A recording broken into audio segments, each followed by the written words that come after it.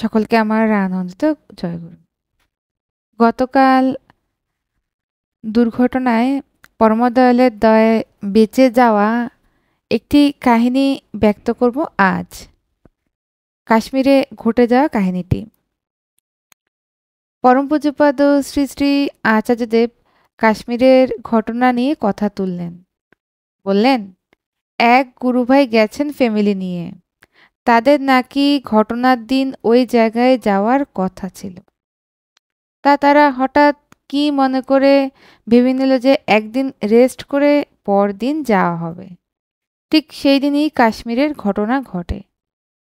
আচার্যদেব বললেন যে তারা যাওয়ার আগে ঠাকুর বাড়ি ঘুরে গিয়েছিল এবং আচার্যদেবের কাছে নিবেদনও করে গিয়েছিল।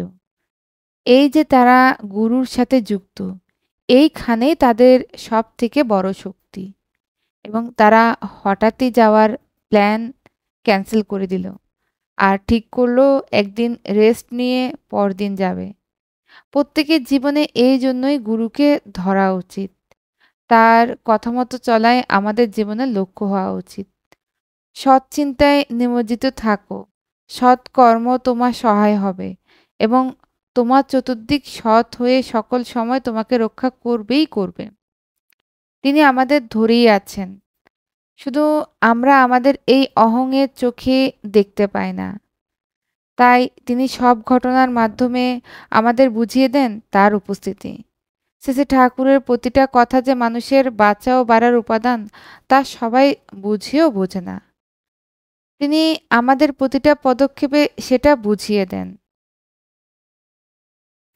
আরেকটি ঘটনা, চণ্ডীগড়ের একটি সত্য ঘটনা নিয়ে আসছি আজ। এটা হচ্ছে 2019 সালের নভেম্বর মাসের আলোচনা পত্রিকায় এটা প্রকাশিত হয়।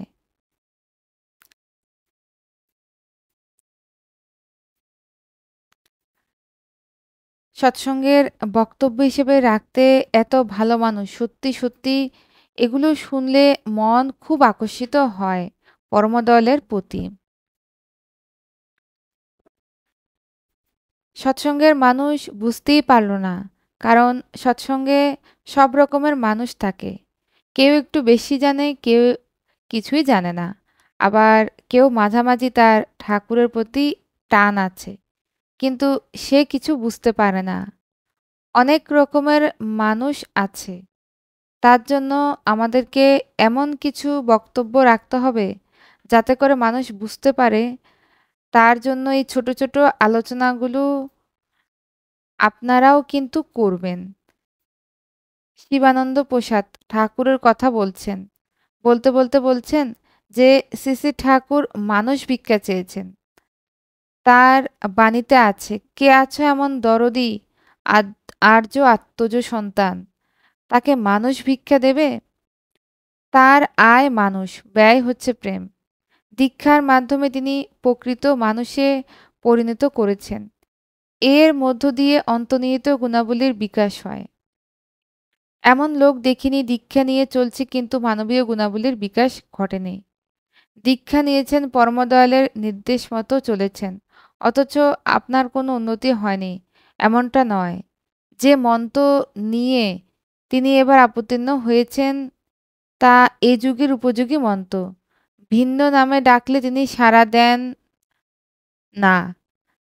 ডাক্তার রাজেশ চৌধুরী তিনি বলেছেন, ত্রিপুরা এক পার্বত্য রাজ্য। বিভিন্ন সময় পরম পূজ্যপাদ শ্রী শ্রী বদ্দা, পরম পূজ্যপাদ শ্রী শ্রী দাদা উদিরপুর পরিক্রমা করে ত্রিপুরাবাসীকে ধন্য করেছেন। তারই আশীর্বাদে 40টি কেন্দ্র মন্দির গড়ে উঠেছে। তখনকার অবস্থায় অনেক দিন স্বস্তি সেবক তো। তাই আমিও বলেছি, শ্রী শ্রী ঠাকুরের ভাবগত আদর্শের প্রচারের ফলে জাতিদের জীবন চর্যায় পরিবর্তন ঘটেছে।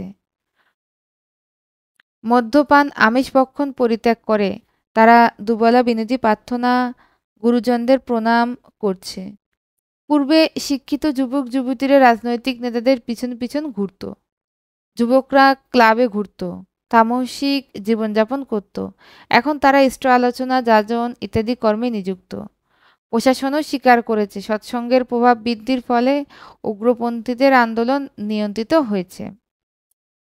এইরকমভাবে বেশ প্রথমটা ঠাকুরের কথা বলা আছে।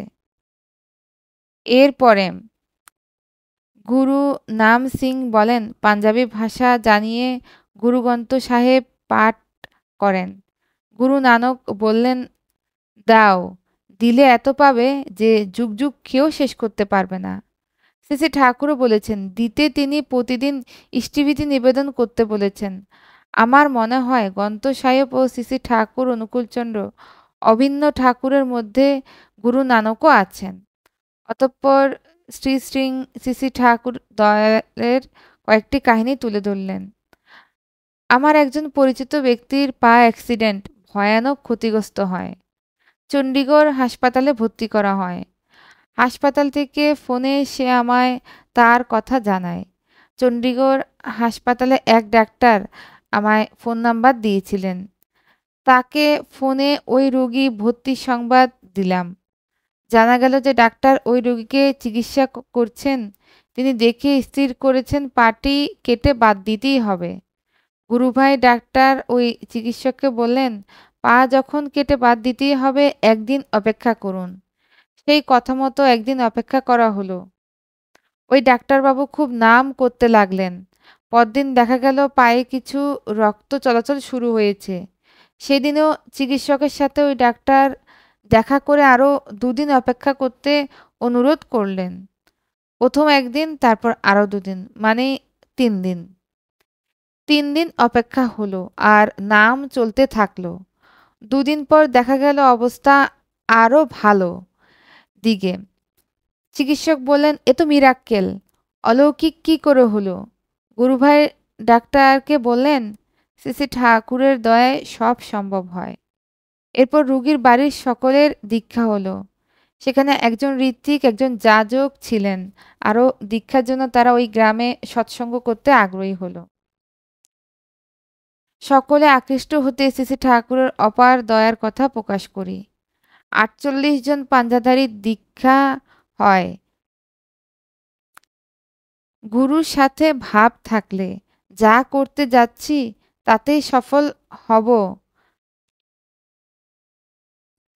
যাজন সেবা, যাজন উপভোগ, সেই প্রেরণায় আসে কাজকর্মে। তাহলে এখানে একটা কথা পেলাম। কথাটা খুব সুন্দর যে ঠাকুরের সাথে ভাব থাকলে সব কাজেই সাফল্য পাওয়া যায়।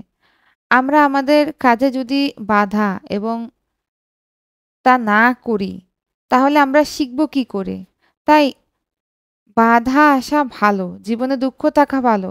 দুঃখ যদি না থাকে, কেবলমাত্র সুখে যদি জীবনযাপন হয় তাহলে কি হবে?